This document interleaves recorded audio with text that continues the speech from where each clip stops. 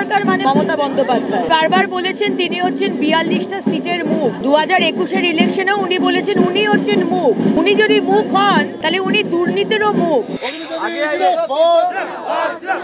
আমার নেত্রী, তোমার নেত্রী, জননেত্রী অগ্নিমিত্রা পাল জিন্দাবাদ, নরেন্দ্র মোদী জিন্দাবাদ।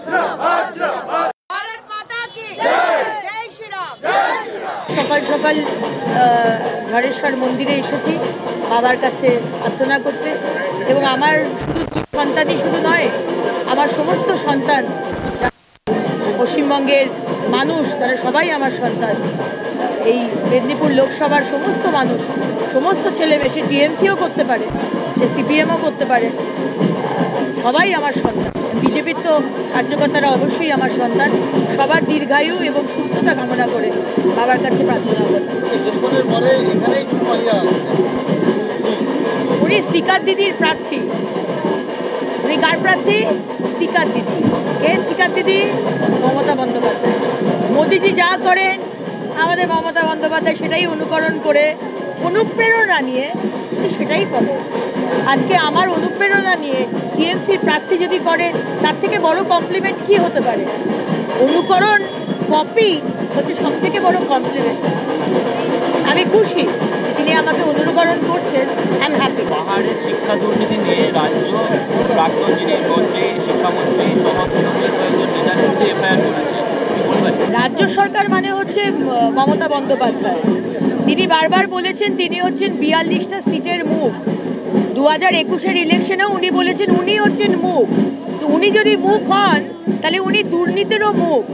উনি নিজেকে খুব সততার প্রতীক হিসেবে নিজেকে প্রমাণ করার দরকার নেই, কারণ উনি দুর্নীতির নেতৃত্ব দিয়েছেন।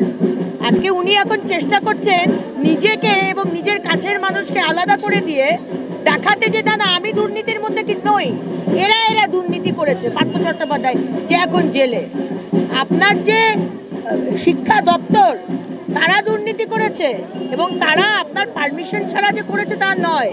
সুতরাং মমতা বন্দ্যোপাধ্যায় নিজেকে আলাদা করবেন, অবশ্যই উনি এটাই করে এসছেন। উনি সময়ে সময়ে মানুষকে ব্যবহার করেন, ছিপড়ে বানিয়ে ছুঁড়ে ফেলে দেন। এটাই উনি করেছেন পার্থবাবুর সাথে, পার্থ চট্টোপাধ্যায়ের সাথে, অনুব্রতর সাথে, জ্যোতিপ্রিয়র সাথে, এখন শেখ শাহজাহানের সাথে। তারাও বুঝে গেছে। তাই জন্য গতকাল শেখ শাহজাহান বলছে যে সিবিআই ইডি হলে ভালো, কারণ তিনি জানেন যে রাজ্য পুলিশ বা সিআইডি যদি ইনভেস্টিগেশন করে জেলের মধ্যেই তাকে মেরে দেবে, খুন হয়ে যাবে। এটা তাই জন্য চাইছে যে সিবিআই ইডি হোক, প্রাণটা অন্তত বাঁচবে। নেক্সট 10 বছর 20 বছর জেলে থাকতে হবে, কিন্তু প্রাণটা বাঁচবে। এটা হচ্ছে মমতা ব্যানার্জি। এই চাকরি চুরির জন্য তো তৃণমূল কংগ্রেসের যুবরাজ অভিষেক বন্দ্যোপাধ্যায় এতদিন ধরে যুব নেতৃত্ব দিয়েছেন। এখন দেখা যাচ্ছে যুব সমস্ত নেতাদের নাম আস্তে আস্তে আসছে। কোন দলকে দিয়ে শুরু হয়েছিল, এখন তৃণমূলেরও নাম আসছে। তাহলে তৃণমূল যুব কি তাহলে এত বড় স্ক্যামের সঙ্গে ইনভলভ? দেখুন, আজকে তৃণমূল যুব, তৃণমূল মাদার, সমস্ত নেতৃত্ব এর মধ্যে ইনভলভ, এবং যে সুপ্রিমো মমতা বন্দ্যোপাধ্যায় তিনি যে বিষয়গুলো জানেন না, এটা হতে পারে না। পশ্চিমবঙ্গে একটা গাছের পাতা নড়ে না মমতা ব্যানার্জির পারমিশন ছাড়া। আপনি এখন দেখাতে চাইছেন আপনি কত সৎ। হ্যাঁ, কোটি কোটি টাকার দুর্নীতি করে মমতা বন্দ্যোপাধ্যায়, অভিষেক বন্দ্যোপাধ্যায় আপনি এখন দেখাচ্ছেন আপনি কত সৎ। ওইসব বলে লাভ নেই। আমাদের বহু চিফ মিনিস্টারকে দেখছি জেলে যেতে দুর্নীতির অ্যালিগেশন নিয়ে। আগামী দিনে কি হবে পশ্চিমবঙ্গে কে জানে।